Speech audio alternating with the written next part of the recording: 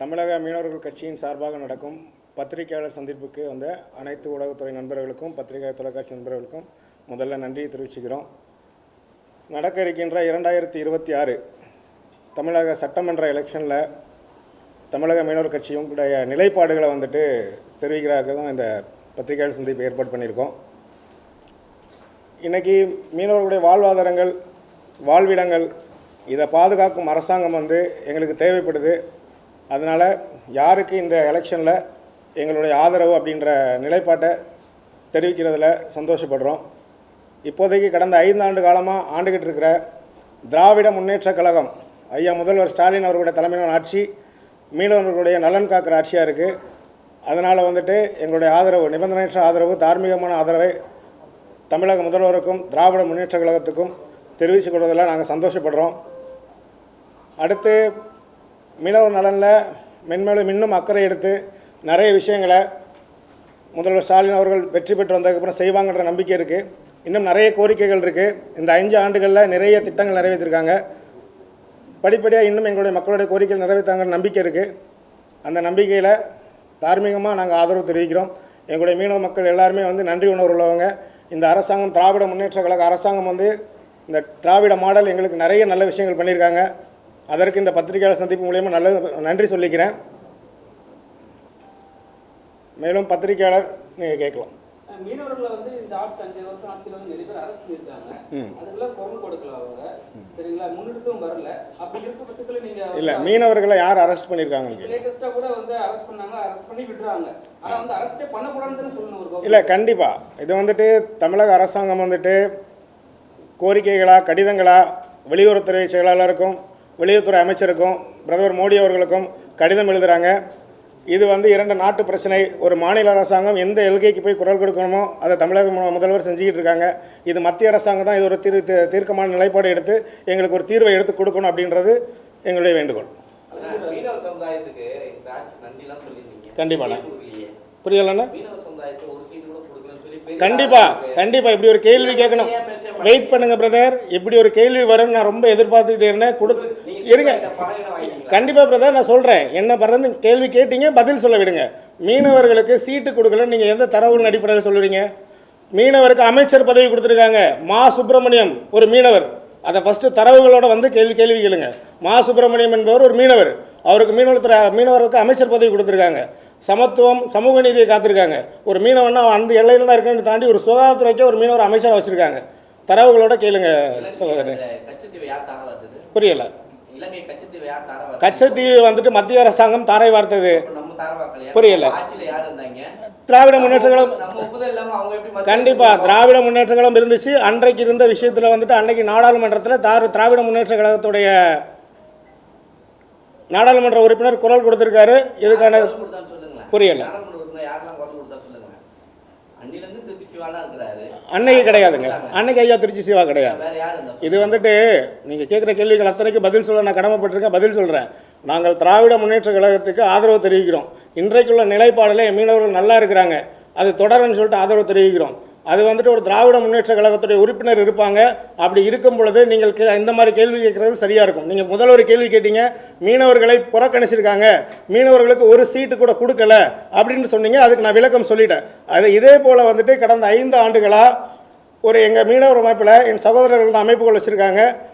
அவங்க திராவிட முன்னேற்றத்துக்கு எதிரான பரப்புரை பண்ணிக்கிட்டே இருக்காங்க. அந்த பரப்புரையில் பார்த்தீங்கன்னா இன்றைக்கி வலைத்தளம் எல்லாத்துலேயும் மீனவர்களுக்கு ஒரு தொகுதி கூட கொடுக்கல அப்படின்னு ஒரு பரப்புரை செஞ்சுட்டு இருக்காங்க.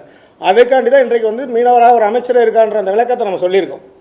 திமுக மீனவ சமுதாயத்தை போயிட்டு ஓட்டு கேட்கும் போது அவங்க விரட்டி அடிக்கப்பட்டாங்கன்னு ஒரு விஷயம் போயிருக்கு. எங்க சார் அப்படி சொல்லுங்க? எக்ஸ் மினிஸ்டர் ஜெயக்குமார் இருக்காருல்ல, ஆமா சொல்லுங்க. அவர் தொகுதியிலே நீங்க பாத்தீங்கன்னா அடுத்த தொகுதி எம்எல்ஏ போயிருக்காரு. அவங்க போனது நீங்க எதுவுமே பண்ணலன்னு சொல்லிட்டு அனுப்பிச்சிருக்காங்க. மட்டும் உள்ள அனுப்புறாங்க. எந்த தொகுதியிலயா? ராயபுரம் தொகுதியில் அப்படி எந்த ஒரு நியூஸும் நாங்கள் பார்க்கலையா? எங்கள் மக்கள் அதாவது அவங்க கட்சியோட நிலைப்பாடு மீனவ சமுதாயம் சொல்றீங்க. கண்டிப்பா நீங்க பார்க்க மாட்டீங்கன்னும் போது அப்ப எப்படி நீங்க மத்தவங்களுக்கெல்லாம் நீங்க உதவி பண்ணுவீங்க? இல்ல புரியல. இப்ப மீனவ சமுதாயத்துக்காக தான் நாங்க நிக்கிறோம் நீங்க. ஆமா கண்டிப்பா. சரிங்களா? இது மாதிரி ஒரு விஷயம் பேசுறாங்க. அது மீனவ சமுதாயம் இல்ல எங்களுக்கு தெரிஞ்சது மீனவ சமுதாயத்தில் பார்த்தீங்க அப்படின்னா திராவிட முன்னேற்ற கழகம், அனைத்து இந்த அண்ணா திராவிட முன்னேற்ற கழகம் நிறைய கட்சிகள் நிறைய பேர் உறுப்பினர்களாக இருக்கிறாங்க. அவங்கவுங்க கட்சிக்கான வேலைகளை அவங்க செய்கிறாங்க. நாங்கள் கட்சிகளுக்கெல்லாம் அப்பாற்பட்டு எங்கள் மக்களுக்கான சேவைகளை மட்டும் தான் நாங்கள் செஞ்சுட்டு இருக்கோம். எங்கள் மக்களுக்கான குரல்களை என்றைக்கு நாங்கள் ஒழிச்சிக்கிட்டு இருக்கோம். பழையற்காடு இந்த மாதிரிலாம் ஏரியாலாம் மீனவ சமுதாயம் ஃபுல்லாக இருக்கு. கண்டிப்பாக இது வரைக்கும் என்ன பண்ணுச்சு திமுக சொல்லுங்க. புரியல. மீனவ சமுதாயத்துக்கு என்ன பண்ணுச்சு? என்ன பண்ணிச்சுன்னு தரவுகளோட இருக்கு. மெரினா இருக்குல்ல, ஆமாம் சைடு திரும்புறீங்களா, ஆமாம், அங்க இருக்க ரோடு இது பண்றேன்னு சொல்லி அங்கிருந்து அகற்றினாங்க. அது வந்துட்டு அது வந்து நீதிமன்ற உத்தரவின்படி திராவிட முன்னேற்ற கழகம் ஆட்சியில் வந்துட்டு அரசாங்கம் எதுவுமே போடலை. நீதிமன்றத்தில் நீதிமன்ற உத்தரவுப்படி தான் அதை பண்ணியிருக்காங்க. அரசாங்கத்துக்கு நீதிமன்றம் நீதிமன்ற அரசாங்கமா? புரியுது. மக்களுக்காக மக்களுக்காக தான் அரசாங்கம். ஆனா ஒரு முடிவு எடுக்குதுன்னா அரசு தரப்புல நீதிமன்றத்தில் தான் பேச முடியும். நீதிமன்றம் எடுத்ததுக்கு அப்புறம் என்ன பேச போறீங்க? இல்ல புரியல. எடுத்ததுக்கு அப்புறம் எதை எடுத்திருக்காங்க? இன்னைக்கு நீங்க இல்ல இன்னைக்கு உங்கள்கிட்ட நான் கேட்கிறேன். இன்னைக்கு பார்த்து நீங்கள் சொன்னீங்க நம்ம பட்டினப்பாக்கம் திருமணம் அங்குள்ள மீன் கூடங்கள் மீன் சந்தைகளுக்கு ஒரு நவீன மீன் சந்தை கட்டி கொடுத்துருக்காங்க. அதை நீங்கள் பார்த்துருக்கீங்களா எனக்கு தெரியல. மக்கள் அங்கே மீனவ சமுதாயம் இருக்கவங்க ஏற்றுக்கிட்டாங்கன்னு நினைக்கிறேன். இல்லை கண்டிப்பாக ஏற்றுக்கிட்டாங்க. அங்கே இருக்க ஒரு மீனவ இதுதான் சங்கம் தான் ஒன்று. சரி. எடப்பாடி கிட்ட போயிட்டு முறையிட்டு இருக்காங்க. எடப்பாடிக்கு என்ன முறையிட்டு இருக்காங்க? போயிட்டு நீங்க தான் வரணும், ஏன்னா இவங்க எங்களை மதிக்க கூட மாட்டாங்க. சரியா. அது வந்துட்டு அவங்க வந்துட்டு கடந்த 5 ஆண்டுகளாக அவங்களுடைய அத்தனை விஷயங்களும் பார்த்தீங்க அப்படின்னு வச்சுக்கிறீங்களேன். ஒரு பாரதிய ஜனதாவுடைய சார்ந்தவங்களா இருந்து தான் இந்த 5 ஆண்டுகள் அவங்களோட செயல்பாடு இருக்கு. எலெக்ஷன் நேரத்தில் அவங்க அதை தான் செய்வாங்க. எலெக்ஷனுக்காக அதை பண்றாங்க. நீங்க சொன்னீங்க மீனவர் சமுதாயத்துக்கு வந்து நல்லபடியா ஒரு விஷயம் பண்ணிருக்காங்கன்னு. ஆனா மறுபடியும் அதே வந்து மீனவர் சமுதாய மக்கள் வந்து அதே ரோட்ல வந்து நிக்கிறாங்க. புரியுது. அது வந்து ரோட்ல கடை இல்ல கண்டிப்பா கடைகள் இல்ல கண்டிப்பா நீங்க அது கடைகள் கிடையாது. நீங்க போய் பாத்தீங்கன்னா கூடங்கள் தெரியும். அவங்க வந்துட்டு இன்னைக்கு பிடிச்சிட்டு வர வலைகள் உலர்த்துறத அந்த இடத்துல உலர்த்துறாங்க. சண்டே கூட தான் சார் சொல்றேன். இப்போ வந்து நீ வலைகளை பிடிச்ச மீனை வந்து அவங்க பண்றது ஓகே சரிங்களா. ஆனா வந்து வெளிய இருந்து வாங்கி வர மீனை கூட அங்க தான் இல்ல கூடத்துல தான் விக்கிறாங்க, வெளிய விக்கல சார். சண்டே பாக்குறோம் சார். மீன் கூட இருக்கு சார். நீங்க போய் பாருங்க. நான் வேணா இந்த சண்டே வரேன், மீன் பார்க்கலாம். சரியா? சரி, இதுக்கு தீர்வு எந்த அரசு நீங்க கொடுக்கும் நீங்க நினைக்கிறீங்க? திராவிட நீங்க வந்து இந்த ஆட்சி தான் சொல்றீங்க. ஆனா புடிச்சிட்டாங்க விட மாட்டாங்கன்னா அது மத்திய அரசுன்னு சொல்றீங்க. மத்திய அரசு போனவங்களும் சரி இருக்கிறவங்களும் சரி அங்க நம்ம மீனவர்களை சுடவும் இலங்கைக்காரங்க அரெஸ்ட் பண்ணவும் செய்யறாங்க, சுடவும் செய்யறாங்க. கண்டிப்பா இது நடந்துட்டு தானே இருக்கு. நடந்துட்டு தான் இருக்கு. இதுக்கு சரியான திமுக ஆட்சின்றீங்க. போனாடி திமுக ஆட்சி நீட்டை நிறுத்துறாங்க. நீட்டை நிறுத்துறாங்களா? புரியல. போனாடி நீட்டை நிறுத்துறேன் அப்படி நான் நீட்டை நிறுத்துறாங்களா? பெட்ரோல் விலை குறைக்கிறேன் நாங்க நிறுத்துறாங்களா? பெட்ரோல் விலை குறைக்கிறேன் நாங்க குறைச்சாங்களா? கோச்சி பஸ்ல போற திட்ட தான் சார் செஞ்சாங்க, அடிக்க தான் செஞ்சாங்க. சரி, நீங்க பார்த்து தானே இருக்கீங்க. அதுக்கெல்லாம் என்ன பதில்? அனைத்துக்குமான பதில் தான் நாங்கள் சொல்கிறேன். நான் என்னோட சார் கிடையாது சார். என்னோட சமூகத்துக்கு நல்லது செஞ்சுருக்காங்க, அதை தான் நான் பேச வந்திருக்கிறேன். இல்லை இல்லை அனைத்து சமூகமும் இருக்க தான் செய்கிறாங்க. அனைத்து மக்களுக்காண்டி தான் பேசுகிறோம். கண்டிப்பாக அதை தான் சார் சொல்கிறேன். கச்சத்தீவு பிரச்சனை, இலங்கை பிரச்சனை வந்துட்டு இரு நாட்டுக்கான வெளியுறவுத்துறையோட பிரச்சனை. அதில் வந்து தமிழ்நாடு அரசாங்கம் வந்துட்டு எதுவுமே செய்ய முடியாது. மத்திய அரசாங்கம் தான் செய்யணும். தமிழக அரசாங்கம் வந்துட்டு இதே திராவிட முன்னேற்ற கழகம் 2014 வரை பார்த்தீங்க அப்படின்னா வந்துட்டு மத்திய அரசாங்கத்தில் அங்கம் வகிச்சிருந்தாங்க. அங்கம் வகிக்கும் போது பார்த்தீங்கன்னா அங்கே இலங்கையில் பிடிச்ச படகுகள் திரும்ப வந்துச்சு. மீனவர்களும் திரும்ப வந்தாங்க, படகுகள் திரும்ப வந்துச்சு. மோடி அவர்கள் கவர்மெண்ட் வந்த பிறகு படகுகள் திரும்பி வரல. கோடிக்கணக்கான படகுகள் வந்துட்டு இலங்கை வந்து அவங்களே வந்து ஏலம் விட்டுறாங்க. இதுக்கான தீர்வு வேறு எடுக்கணும், மத்திய அரசாங்கம் எடுக்கணும். மத்திய அரசாங்கம் எடுக்க வேண்டிய தீர்வு இது. மாநில அரசாங்கம் கையில் எதுவுமே கிடையாது. இல்ல புரியல. ஆமா சார், மீனவர்களை விட்டுருக்காங்க சார்.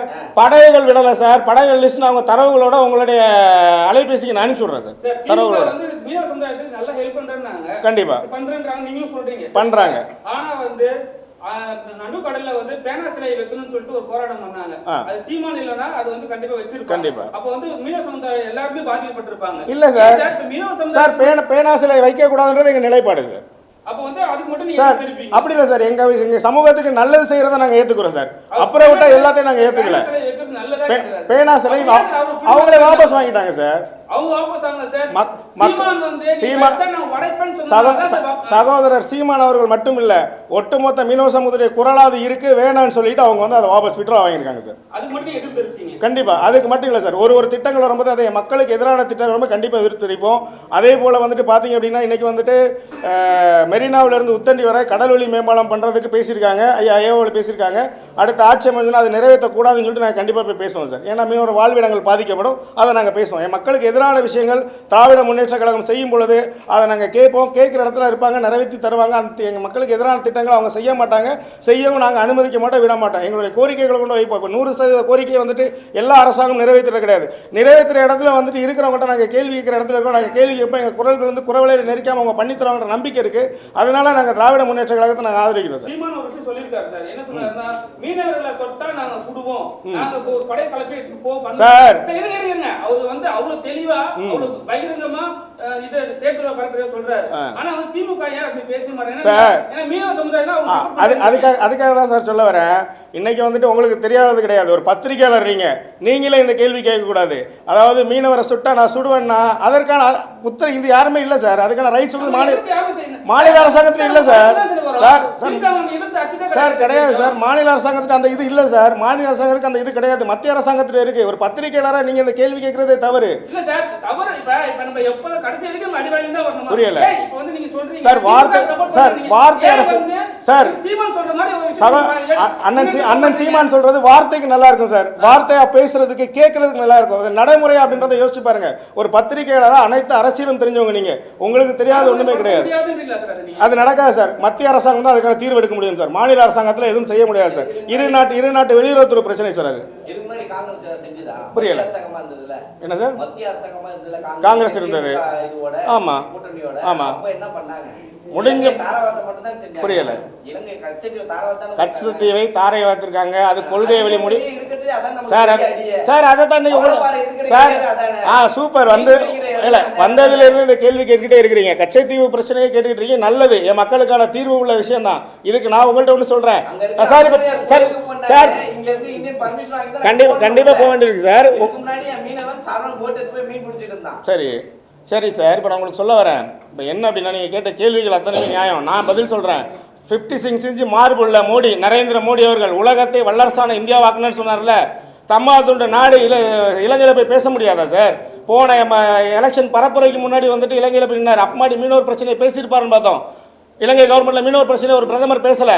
அதே போல் இன்னொன்று சொல்கிறேன் சார். அம்மையார் நிர்மலா சீதாராமன் அவர்கள் ராமேஸ்வரத்துக்கு சாமி கூட போயிருக்கும் பொழுது மீனவர்கள் அங்கே சிறைப்பட்டிருந்தாங்க. ஒரு ஃபோன் காலில் ரிலீஸ் பண்ண முடிஞ்சிச்சு மத்திய அரசாங்கத்தில். அன்றைக்கு அவங்க நீதிமன்றத்தில் சமரிக்க மீனவர்களை மத்திய அரசாங்கம் நினைச்சா மீனவர்களுக்கான தீர்வு உடனே எடுத்து கொடுக்க முடியும் சார். மத்திய அரசாங்கம் பண்ண மாட்டேங்குது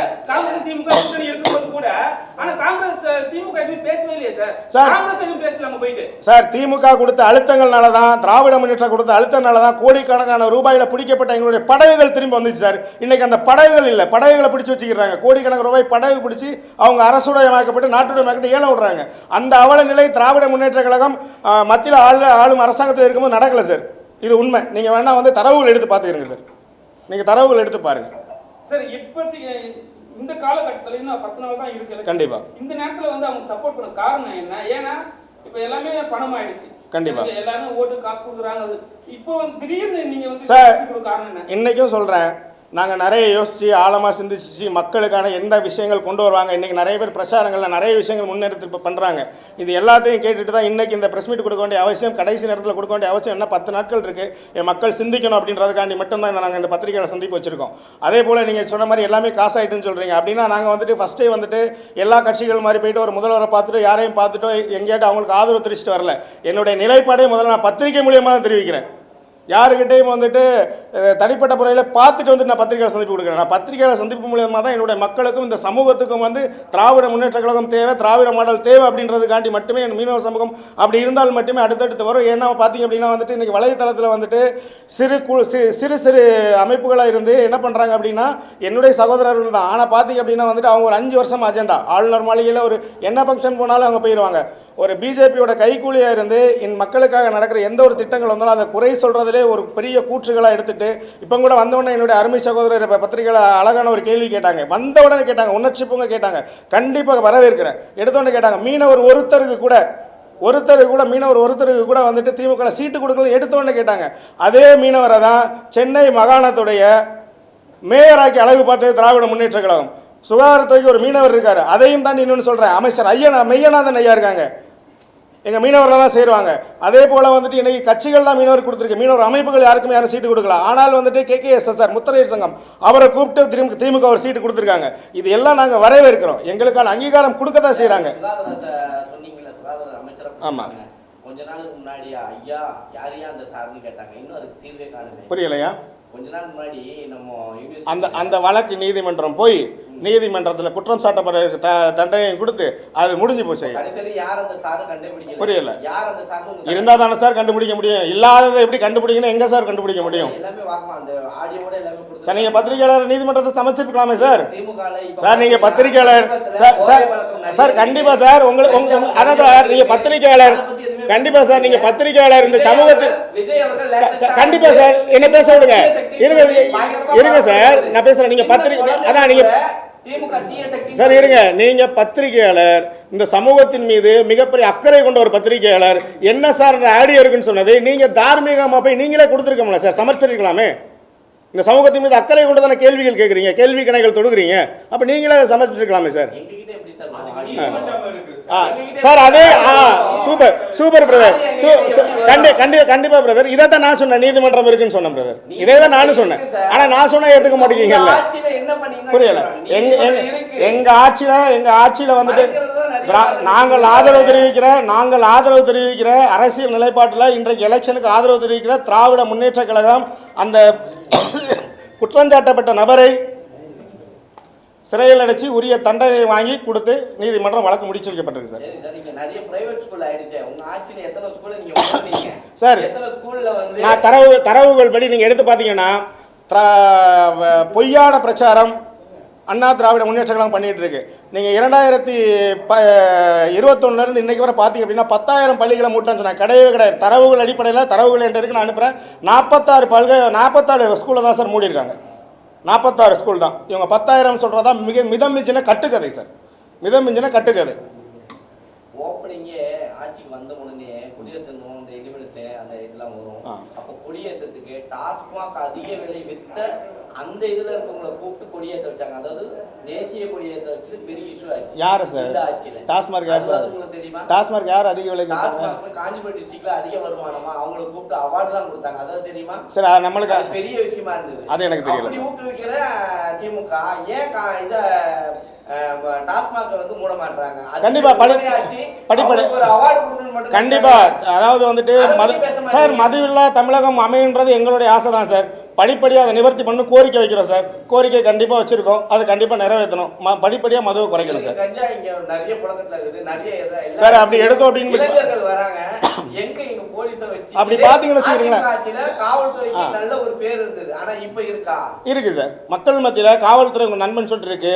இதற்கு முன்னாடி சார் இருங்க சார், பொள்ளாச்சி இஷ்யூ வரும்போது 1 வருஷம் வாய மூடி மௌனம் காத்தது யாரு சார்? பொள்ளாச்சி இஷ்யூ வரும்போது வாய மூடி மௌனம் காத்தது யாரு? அதை சொல்லுங்க. பொள்ளாச்சி இஷ்யூ ஆனால் திராவிட முன்னேற்ற கழக ஆட்சியில் ஒரு சிறிய தவறு நடந்தாலும் மக்கள் வந்து ஆட்டோமேட்டிக்காக ஸ்டேஷனில் போய் புகார் கொடுத்தா நம்மளுடைய தனிப்பட்ட விஷயங்கள் வெளியிடப்படாது, காக்கப்படும் அப்படின்னு சொல்லிட்டு அத்தனை பேருமே புகார் தைரியம் வந்து புகார் கொடுக்குறாங்க. அதுதான் சார் இந்த ஆட்சியோடைய வெற்றியே, தைரியம் வந்து புகார் கொடுக்குறாங்க. நேற்று கூட தாம்பரத்துல பாத்தீங்கன்னு வச்சுக்கோங்களேன், ஒரு கடையில இருக்க ஒரு கடை நடத்துறவங்க வியாபாரி, அந்த கடையில இருக்கவங்க தாவேகாவுக்கு ஓட்டு கேட்டு போனவங்களை திமுகவை சார்ந்த அந்த பகுதியில் இருக்க இளைஞரணி செயலாளர்கள் சேர்ந்து அந்த கடையை உடைச்சி அந்த பெண்களை வந்து புடவையெல்லாம் கிழிச்சு மானபந்தம் எடுத்திருக்காங்க. நான் அந்த நியூஸ் பார்க்கல சார். அப்ப நீங்க உங்க ஆட்சியில பண்ணா நல்லதா இருக்கலாம். புரியல. தவறு யார் திமுக இளைஞரணி மதன்குமாரே சொல்லிட்டாங்க சார். தவறு யார் செஞ்சாலும் தண்டிக்கப்படுறது. அவர் இந்நேரம் வந்துட்டு திராவிட முன்னேற்ற கழகத்துடைய தலைமைக்கு தெரிஞ்சிருந்தா இந்நேரம் அவரை கட்சி விட்டு நீக்கி இருப்பாங்க சார். அதுதான் பண்ணிட்டு இருக்கிறாங்க. சார் மீனவர் பசங்களுக்கு வந்து சரியான கல்வி கிடைக்குதா? அவங்க கல்வி படிச்சாலும் சரியான வேலைகள் கிடைக்குதா? ஏன்னா அவங்களாம் வந்து நல்லதா படிச்சா கூட அவங்க வந்து ஸ்போர்ட்ஸ் கோட்டால தான் வேலைக்கு போறாங்க. சரிங்களா? பெரிய இடத்துல அவங்க வேலைக்கு சேர முடிய மாட்டாங்க. அது ஏன்? ஏன்னா நீங்களாம் நிறைய பேர் பேசுறீங்க மீனவருக்காக நாங்கள் உயிரை கொடுப்போம் அது பண்ணணும், இது ஏன் பேசவே மாட்டீங்க யாரும்? சார் மீனவருக்கான கல்வி தொகுப்புகள் எல்லாமே கொடுக்க தான் சார் செஞ்சிருக்காங்க. மீனவருக்கான திட்டங்கள் எல்லாமே பண்ணிட்டு திராவிட முன்னேற்ற படிச்சு முடிச்சு அவங்க வேலைக்கு போற விஷயம் வேற. கண்டிப்பா கண்டிப்பா அவங்க வந்து என்ன ஸ்போர்ட்ஸ் மூலமா தான் அவங்க வேலை நிறைய கிடைக்குதே தவிர படிப்பு மூலமா வேலை கிடைக்கிறது கம்மியா இருக்கு. அது ஏன் நீங்க முன்னெடுத்து போக மாட்டீங்க? இல்லை கண்டிப்பாக அது எல்லாமே நடந்துக்கிட்டு தான் சார் இருக்குது, பக்காவாக பண்ணிக்கிட்டு தான் இருக்காங்க கவர்மெண்ட். அது எல்லாமே நான் அந்த தரவுகள் எல்லாமே வச்சிருக்கேன், நான் தரவுகள் எடுத்து அவங்களுக்கு அனுப்பிச்சு. தரவுகள்ன்றீங்க, 2-3 பேராவது சொல்லுங்க. புரியல. 2-3 பேராவது இப்ப படிச்சு நல்ல வேலைக்கு போறவங்க ஏதாவது சொல்லுங்களேன். எங்க சமூகத்துல நிறைய பேர் போறாங்க சார். இன்னைக்கு பாத்தீங்க அப்படின்னா வந்துட்டு சார் நிறைய பேருக்கு வேலை கிடைச்சிருக்கு கவர்மெண்ட்ல. சரிங்களா, என்னதான் படிச்சாலும் மீனவர்களை வந்து ஒரு தாழ்த்தப்பட்ட சமுதாயமா தான் பாக்குறாங்க. சரி, அது நீங்க ஏன் பேசவே மாட்டீங்க? யாருமே எங்களுக்கான மீனவர்களுக்கு மட்டும் குரல் கொடுக்குறோம், மீனவர்களுக்காக தான் நாங்க ஆள்றோம்னு சொல்றீங்க. ஏன் பண்ணவே மாட்டீங்க? பேசவே மாட்டீங்க சார். அதாவது பார்த்தீங்கன்னா இளம்பெண் இளைஞருக்கு சிறப்பு திறன் பயிற்சி வகுப்புகள் துவங்கப்பட்டிருக்கு. ஆண்டுக்கு 25,000 இளைஞருக்கு இந்த பயிற்சிகள் வந்து வழங்கப்பட்டுக்கிட்டு இருக்கு. ஒரு கிராமங்கள், மீனவர் கிராமங்கள் போனீங்க அப்படின்னா இன்றைக்கி வந்துட்டு தூத்துக்குடி மாவட்டத்துக்கு போனீங்க அப்படின்னா வந்துட்டு ஒரு இடத்துல கிராமங்கள்லேயும் வந்து பயிற்சி கூடங்கள் வச்சுருக்காங்க. அந்த பயிற்சியில் பயின்று வந்த பிள்ளைங்கள் வந்துட்டு இன்றைக்கு வந்துட்டு டிஎன்பிஎஸ்சி எக்ஸாம் எழுதிட்டு செலக்ட் ஆகியிருக்காங்க. அந்த ஃபோட்டோவோட என் பிள்ளைகள் போடும் பொழுது கடற்கரை கிராமங்கள் வந்து போடும்பொழுது அதை பார்க்கும்போது சந்தோஷமாக இருக்குது. கண்டிப்பாக சார். வேலை வந்துட்டு பார்த்தீங்கன்னா இங்கே வந்துட்டு தமிழ்நாட்டில் வேலை வாய்ப்புகள் அத்தனையுமே வந்துட்டு தட்டுப்பாடு தான் சார் இருக்குது. புரியல. பர்சன்டேஜ் கேட்கணும். இப்போ மீனவர்களுக்காக ஒரு பர்சன்டேஜ் நீங்க சொல்லணும், அதுவும் சொல்லவே மாட்டீங்க சார். வந்து நீங்க படிக்க சொல்றீங்க, எல்லாம் பண்ண சொல்றீங்க, ஆனா வந்து அவங்க பின்னாடி இன்னும் வந்து ஒரு புஷ் பண்ண மாட்டீங்க, குரல் கொடுக்க மாட்டீங்க சார். மீனவர்களுக்கான இது மாதிரி கட்சிரீதியா வந்தா மட்டும்தான் பேசுறீங்க. கண்டிப்பா மீனவர்களுக்கான இடஒதுக்கீடுகள் அத்தனையுமே கொடுக்கணும்னு பேசியிருக்கோம் சார். அதே போல் வந்து மீனவர்களை கடல் பழங்குடியில் சேருங்கன்னு சொல்லிட்டு பேசியிருக்கோம் சார். இது அத்தனையுமே நம்ம கோரிக்கையாக கொடுக்க தான் செஞ்சுருக்கோம். அத்தனையுமே வந்துட்டு அடுத்து இதுவரை வந்துட்டு கண்டிப்பா சார் நிறைவேற்றுறேன்னு சொல்லியிருக்காங்க. அதே போல் வந்துட்டு இன்னொரு விஷயம் என்னன்னா, இன்னைக்கு ஒரு பட்டியல் சமூகம் இருக்குது அப்படின்னா அவங்களுக்கு வந்து அந்த எம்பிசி இடஒதுக்கீடு எல்லாமே இருக்கும். இன்னைக்கு மீனவர் சமூகத்தில் பார்த்தீங்க அப்படின்னா ஜாதிகள் அனைத்துமே மீனவர்களாக மட்டும்தான் இருக்கும். ஜாதி மதங்கள்லாம் கடந்து இப்போ முஸ்லீம் மீன் பிடிக்கிறாங்க மீனவர் தான், ஹிந்து மீன் பிடிக்கிறாங்க மீனவர் தான், கிறிஸ்தவ மீன் பிடிக்கிறோம் மீனவர் தான். சரிதானே? எல்லாருமே மீனவராக இருக்கிறோம். இன்றைக்கி எம்பிசியில் உள்ளவங்க மீன் பிடிக்கிறாங்க, பிசியில் உள்ளவங்க மீன் பிடிக்கிறாங்க. இது எல்லாமே வந்துட்டு அந்த உட்கட்டமைப்பு அமைப்பில் போயிறாங்க. எம்பிசியோட இடஒதுக்கீடு பார்த்தீங்க அப்படின்னா வந்து அதில் எங்களுக்கான தரவுகளில் நிறைய பேர் சிறுபான்மை மக்கள் அங்கே இருக்கிறதுனால எங்களோட நிறைய பேர் உள்ளே போயிட்டு இருக்காங்க. ஆனால் கடைசி போன ஆட்சியில் பார்த்தீங்க அப்படின்னா ஐயா எடப்பாடி அவர்கள் வந்துட்டு ஆட்சி முடியும் தருவாயில், எலெக்ஷன் அறிவிக்கிறதுக்கு முடிகிற தருவாயில் பார்த்தீங்க அப்படின்னா 10.5% இடஒதுக்கீடு. அதுவும் என்னுடைய எனக்கு உற்ற சமூகம் தான் வன்னியர் சமூகம். 10.5% இடஒதுக்கீடு கொடுக்குறேன்னு சொல்லிட்டு உள்ளிட ஒதுக்கீடு கொடுக்குறேன்னு சொல்லிட்டு எம்பிசியில் உள்ள உள்ளிட கொடுக்குறேன்னு சொல்லிட்டு அஜெண்டா எங்கே கையெழுத்தாகுது? தலைமை செயலகத்தில் கையெழுத்தாகல சார், தைலாபுரத்தில் கையெழுத்தாகுது. கடைசி இடத்துல கொண்டு வந்தாங்க. இல்லை நான் நீங்கள் சொன்னீங்கல்ல, அதனால மீனவர்களுக்கான ஒதுக்கீடு அப்படின்னா மீனவர்கள் அத்தனை பேரையுமே கடல் பழங்குடின்னு சொல்லிட்டு ஒரு தனியாக ஒரு பட்டியலில் கொண்டு வந்தால் மட்டும்தான் இது சாத்தியப்படும். அதை தனியாக கொண்டு வரணும்னு சொல்லிட்டு கோரிக்கை வச்சிருக்கோம் சார்.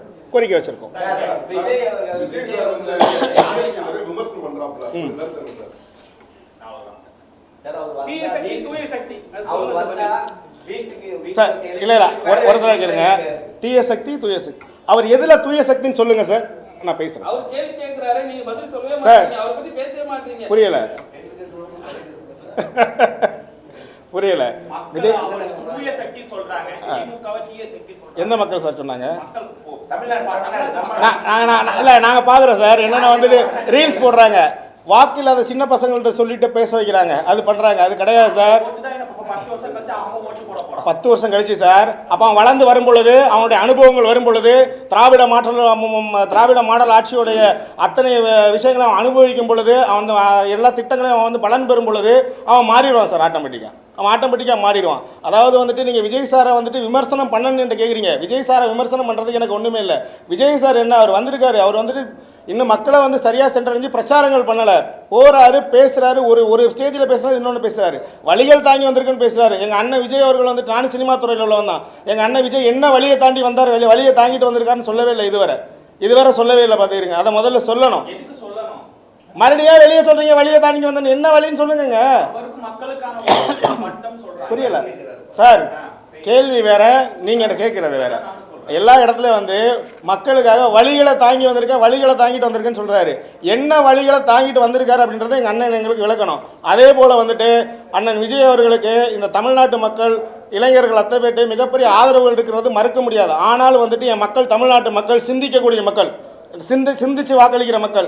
என் மக்கள் சிந்திக்கிறாங்க. ஏன்னா வந்துட்டு இன்றைக்கு வந்துட்டு ஒரு திருவொற்றியூரில் போய் நின்னா திருவொற்றியூரோட பிரச்சனையை பேசணும், அங்கே உள்ள விஷயங்களை பேசணும், அங்கே உள்ள வேட்பாளர் அறிமுகப்படுத்தணும். இவர் தான் என்னுடைய வேட்பாளர், நான் வந்த இந்த வேட்பாளர் தான் செய்வார், நான் வந்தால் இந்த திட்டங்கள் செய்வேன்னு சொல்லணும். அப்படி ஒரு விஷயங்களாக கொண்டு போகணும் சார். அதை விட்டுட்டு நான் வந்துட்டு எங்கேயும் வந்து எதையும் பேச மாட்டேன், ஒரு இடத்துல பேசுவேன் தான் எல்லா இடத்துலையும் நான் பேசுவேன் அப்படின்றது வந்துட்டு எந்த மாதிரியான நிலைப்பாடு, எந்த மாதிரி அரசியல் தெரியல. புரியல. யார் சார் மறந்தா? நம்ம முதலமைச்சர் சார். இல்ல மறக்கல. இல்ல இல்ல இல்ல சார் சார் சார் சார் நம்ம கம்பராமாயணம் சேர்க்கலாரே நம்ம விட்டுருவோம் சார். சார் சார் இல்ல சார் சார் சார் இல்ல சார் சார் சார் இருங்க சார், ஒரே நிமிஷம் சார். அதாவது வந்து திராவிட முன்னேற்ற கூட நம்முடைய முதல்வர் என்ன பண்றாருன்னா, ஒரே மேடையில் கூட்டணி கட்சி வேட்பாளர் நிப்பாட்டி வச்சிருக்கிறாரு, எல்லாரும் நிற்கிறாங்க. கூட்டணி வேட்பாளர்கிட்ட என்னமா சின்னன்னு கேட்கறாரு, தவறு இல்லையே சார். அதை இவ்வளவு பெருசா திரிக்க, அதாவது சரி சரி அது உடம்புல ரத்தத்திலே அவங்களுக்கு ஊர்னது. கண்டிப்பா சார் இல்ல இல்ல அதான் சொல்றேன். இல்ல இல்ல அப்படி இல்ல சார், வேட்பாளர் வாயால சொல்லட்டும்னு சொல்லிட்டு எதிர்பார்த்திருக்கலாம், வேட்பாளர் வாயால சொல்லட்டும்னு எதிர்பார்த்திருக்கலாம். இதுல என்ன சார் தவறு இருக்கு?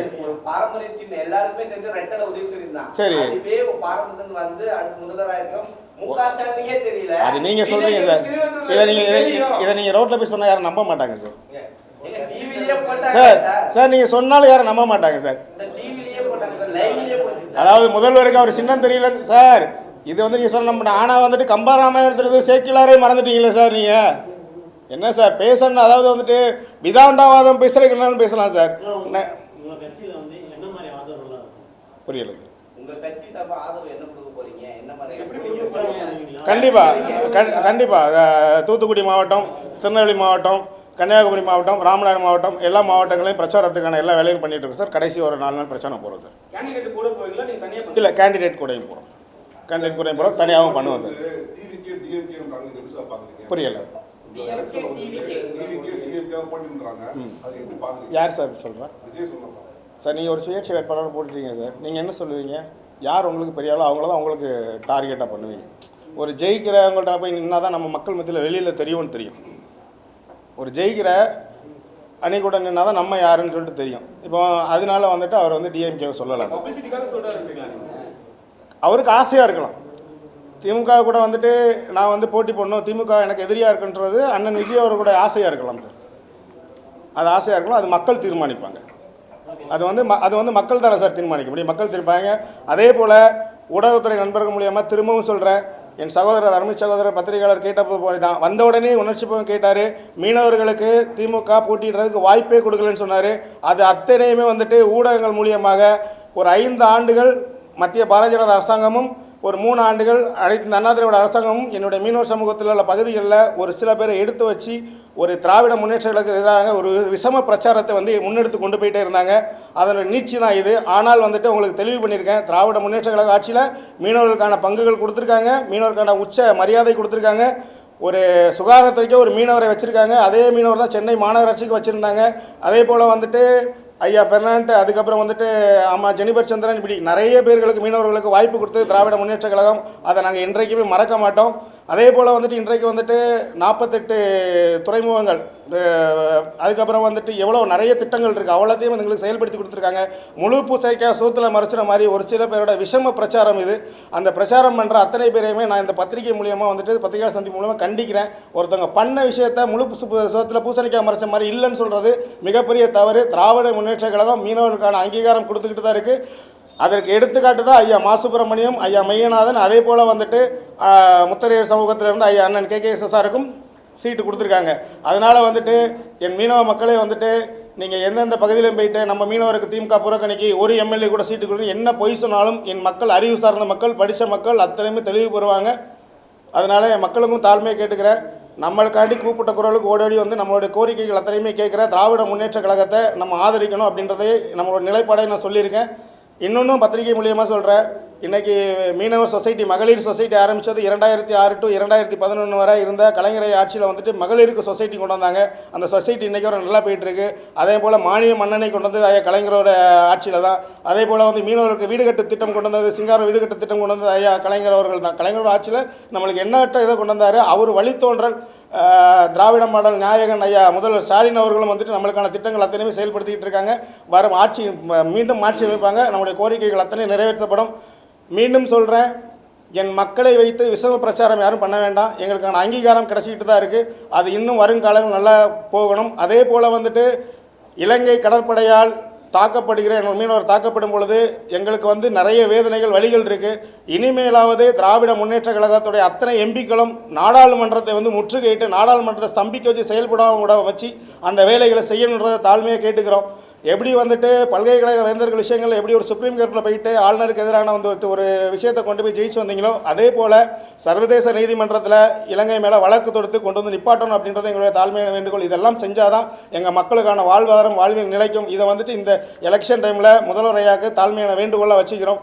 அதையும் தாண்டி வந்துட்டு எங்களை வந்து கடல் பழங்குடியினர் பட்டியலில் எங்கள் மீனவர்களை சேர்க்கணும் அப்படின்றது எங்களுடைய நீண்ட நாள் கோரிக்கை. அதையும் வந்துட்டு கொஞ்சம் செய்யும் எடுத்து கொண்டு வாங்க. இதை வந்துட்டு கடல் படையினர் சேர்க்கறதுல மொத்த மீனவர் சம்பத்தையும் கொண்டு போய் சேர்க்கறது நிறைய கருத்து வேறுபாடுகள் கருத்து ஒற்றுமைகள் இல்லாமல் இருக்குது. இது ஒரு அரசாங்கம் எடுத்த உடனே செஞ்சிட முடியாது. அதற்கான முதல் கட்ட ஆய்வு பணிகளை தொடங்கி அதுக்கான வேலைகளை செஞ்சு முடிக்கணும் அப்படின்றது எங்களுடைய தாழ்மையான வேண்டுகோள்.